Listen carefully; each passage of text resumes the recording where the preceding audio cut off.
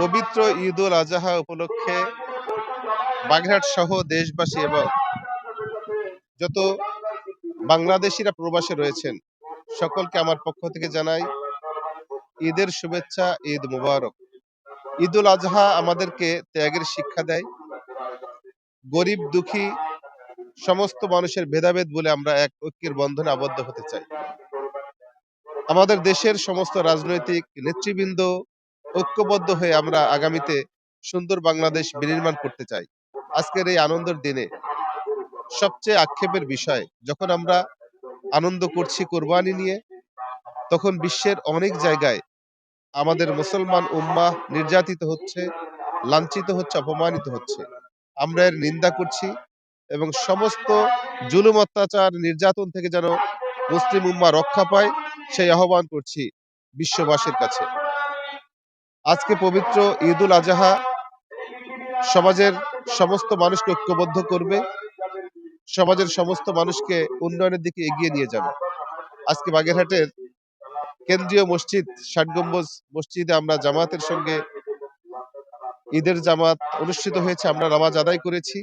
আমরা বাগেরহাটবাসীকে এখানে পেয়েছি। স্বতঃস্ফূর্তভাবে মানুষের মধ্যে ঈদ উদযাপিত হচ্ছে। নামাজের পরেই সবাই যার যার কোরবানি করার জন্য তাদের স্থানে যাবে। আমি এই কোরবানি উপলক্ষে সমাজের সচেতন মহলকে বলতে চাই, আমরা যেন পরিবেশ রক্ষার জন্য যে উচ্ছিষ্ট আছে, ময়লা আবর্জনা হয়, এটা থেকে যেন আমাদের সমাজকে রক্ষা করতে পারি, পরিবেশকে রক্ষা করতে পারি, পরিচ্ছন্ন একটি বাগেরহাট যেন আমরা উপহার দিতে পারি। সবাইকে আমার পক্ষ থেকে আবারও ঈদের শুভেচ্ছা, ঈদ মোবারক।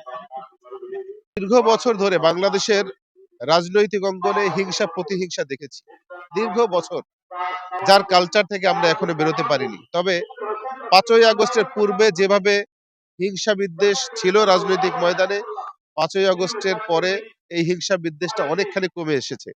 আমরা প্রত্যাশা করি যে নতুন একটা গভর্নমেন্ট এসেছে, সেই গভর্নমেন্ট আন্তরিক আছে, বিরোধী দল আন্তরিক আছে, তারা ঐক্যবদ্ধভাবে সুন্দর একটা সমাজ বিনির্মাণ করবে, যে সমাজে হিংসা বিদ্বেষ কমে আসবে, লাঞ্ছনা কমে আসবে, অসহিষ্ণুতা থেকে আমরা ফিরে আসতে পারবো।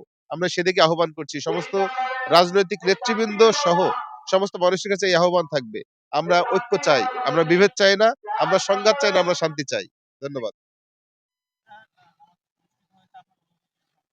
আজকে বাগেরহাট ৭ গম্বুজ মসজিদে পবিত্র ঈদ উল আজহার প্রধান জামাত এবং প্রথম জামাতটি সকাল ৭ ঘটিকায় অনুষ্ঠিত হয়েছে।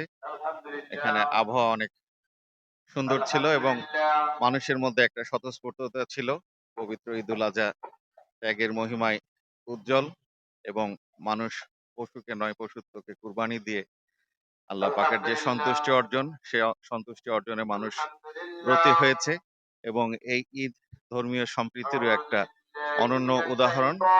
আমরা আশা করছি বাগেরহাটের মানুষ শান্তিপূর্ণভাবে পবিত্র ঈদ উল আজহা উদযাপন করবে এবং এখানকার যে পশুর বর্জ্য সেটি অপসারণ আমরা পৌরসভার পক্ষ থেকে সুন্দরভাবে নির্দিষ্ট সময়ের মধ্যে করব এবং পবিত্র কুরবানির যে চামড়া সেটি আমরা সংরক্ষণের জন্য এবং সেটি যেন কোনোভাবে নষ্ট না হয় এই জন্য সরকারের যে প্রচেষ্টা সেটি আমরা দারুণভাবে পর্যবেক্ষণ করছি এবং এখানে আপনারা জানেন যে আরো ২টি জামাত অর্থাৎ মোট ৩টি জামাত অনুষ্ঠিত হবে।